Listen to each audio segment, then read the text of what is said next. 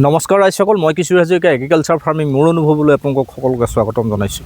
মই আপোনালোকক আজিলৈকে যিবিলাক ভিডিঅ' দি আছিলোঁ এইবিলাক সম্পূৰ্ণ কৃষিৰ খেতিৰ বা এনেকুৱা ধৰণৰ ভিডিঅ' দি আছোঁ। আজিও মই যে সেই ভিডিঅ' তেনেকুৱা ধৰণৰ ভিডিঅ' মই আপোনালোকক দিম বুলি ভাবিছোঁ। কিন্তু এটা কথা, এই যিবিলাক খেতিৰ যিখিনি কথা নেকি আপোনালোকক মই আজি দেখাম বুলি ভাবিছোঁ, এই কথাখিনি আচলতে খেতি মানুহে কৰি আছে, কিন্তু ইয়াত সমস্যা যিটো হৈ আছে এই সমস্যাটো মই আপোনালোকক আজি দেখাবৰ কাৰণে আহিছোঁ। এয়া আপোনালোকে দেখিছে বানপানীৰ যিটো সমস্যা, এতিয়া অসমৰ যি বানপানী সমস্যা, এই সমস্যাই কৃষকসকলক সম্পূৰ্ণৰূপে জুৰুলা কৰিছে।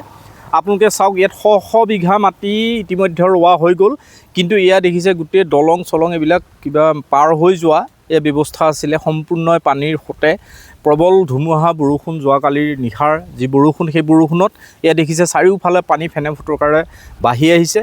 আৰু আপোনালোকক দেখাওঁ, এইফালে চাওক আপোনালোকে, এইফালে শ বিঘা মাটি আপোনাৰ ৰোৱা হৈছে, কিন্তু এয়া ৰোৱা সম্পূৰ্ণ এতিয়া জলমগ্ন পানীৰ তলত।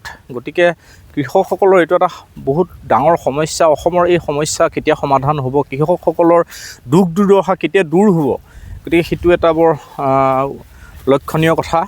মই আপোনালোকক দেখাইছোঁ এটাৰ কাৰণেই, চাওক মানুহৰ যি খেতিৰ প্ৰতি যিটো মানুহৰ আগ্ৰহ, এই পানী এনেকুৱা ধৰণৰ এই যি পানী দেখিছে আপোনালোকে, এই পানী বা এই পানীৰ যি এই বানপানীৰ যি সমস্যা, এই সমস্যাৰ কাৰণে কৃষকসকল একদম জুৰুলা হৈ গৈছে।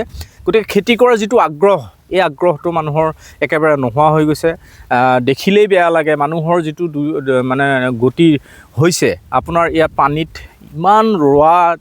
ইমানখিনি জেগা ৰোৱাৰ পিছত আপোনালোকে দেখিব ইয়াত কোনো ধৰণৰ ৰোৱাৰ মানে চিনচাপ নাই, সম্পূৰ্ণ পানীৰ তলত। আপোনালোকে চাওক, এয়া চাৰিওফালে ফেনে ফুটুকাৰে বাঢ়ি আছে, গোটেই জলমগ্ন এৰিয়া। এইটো জামুগুৰিৰ আপোনাৰ ঢলাই বিলৰ বৰপথাৰৰ ছাইড, এইটোত আপোনাৰ এয়া শ বিঘা মাটি মানুহে ৰোৱা হৈছিলে, কিন্তু ইয়াত কোনো ৰোৱাৰ চিনচাপ নাই।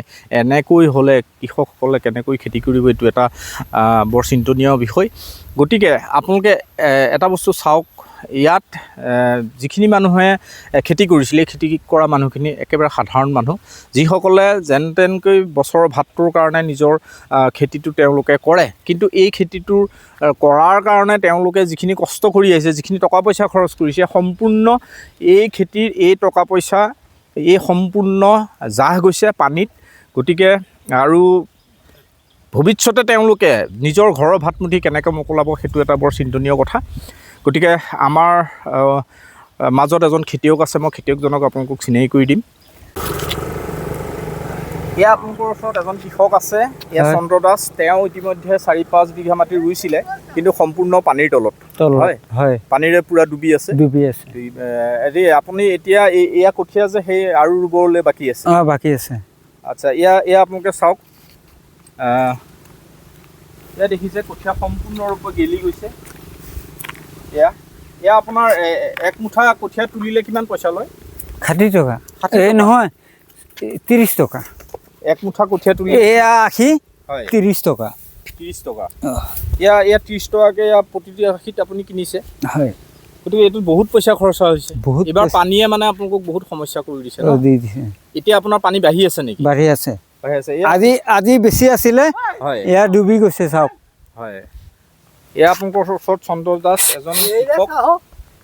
গতিকে তেওঁ খুব সাধাৰণ এজন ব্যক্তি। গতিকে তেওঁ এয়া দেখিছে সম্পূৰ্ণ কঠীয়াবিলাক এয়া তেওঁ আনি থোৱা, এয়া 30 টকা এমুঠাত 30 টকাকৈ বুলি কৈছে। কঠীয়া 80, এয়া 30 টকা। এয়া চাওক কিমান কষ্ট কৰিছোঁ, কান্দি পেলাইছোঁ। মই অকলশৰীয়া মানুহ। হয়, এই মানুহজনৰ দুখ বেদনা আপোনাৰ কি ক'ম এতিয়া। এয়া 80 বনাই দিছে, উপায় নাই আৰু। তেওঁ এয়া শোকত ভাগি পৰিছে। তেওঁ খেতি যিখিনি কৰি আছিলে, সেইখিনি খেতি সম্পূৰ্ণ এতিয়া পানীৰ তলত।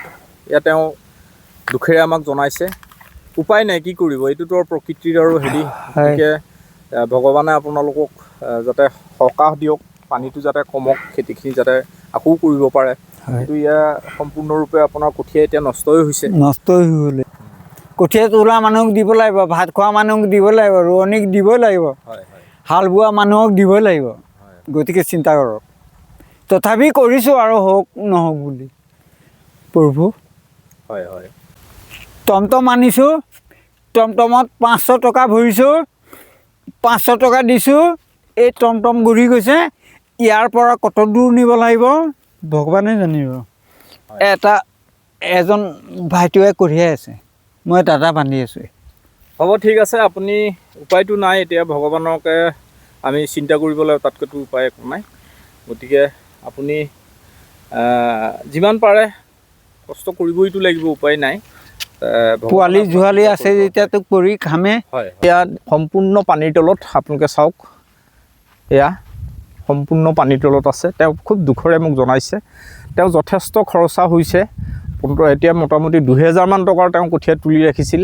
সেয়া কঠীয়া ৰুম বুলি তেওঁ ইয়ালৈ টমটম দি ভাড়া কৰি আনিছে, কিন্তু সম্পূৰ্ণ এতিয়া সেই কঠীয়াখিনি আপোনাৰ অৱস্থা নাই, যিখিনি নেকি আজি এসপ্তাহ 10 দিন হ'ল তুলি থোৱা। গতিকে কঠীয়াখিনি ইতিমধ্যে গেলি গৈছে। দুখীয়াৰ দুখ কেতিয়া শেষ হ'ব তাৰ কোনো নিশ্চয়তা নাই। গতিকে ভগৱানৰ ওচৰত আমি প্ৰাৰ্থনা কৰাৰ বাহিৰে অন্য গত্যন্তৰ নাই।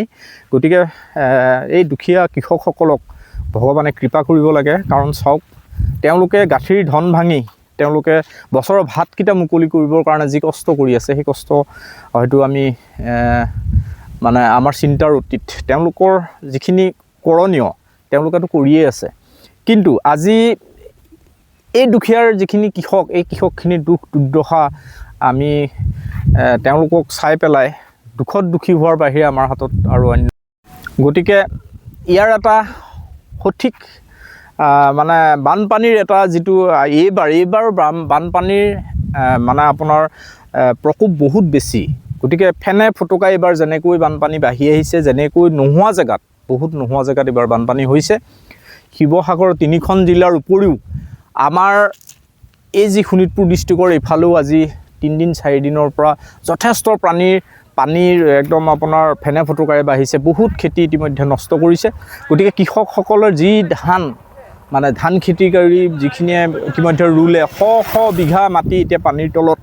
গতিকে ইয়াৰ এটা পৰিত্ৰাণ পাবৰ কাৰণে চৰকাৰৰ ওচৰত মোৰ ফালৰ পৰা বিনম্ৰভাৱে মই অনুৰোধ জনাইছোঁ, কেনেকৈ পাৰি মানে এই পানীৰ যিটো সমস্যা, এই পানীৰ সমস্যাটো কেনেকৈ দূৰ হওক। কৃষকসকলৰ, সাধাৰণ কৃষকসকলৰ দুখ দুৰ্দশা দেখি আমি সঁচাই দুখিত।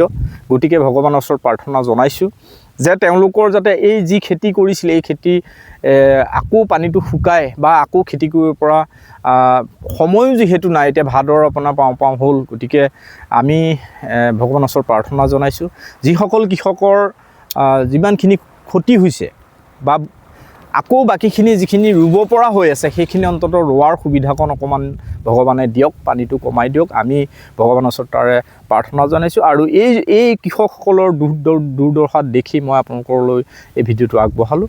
গতিকে আজিলৈ ইমানটা সামৰিছোঁ। ধন্যবাদ।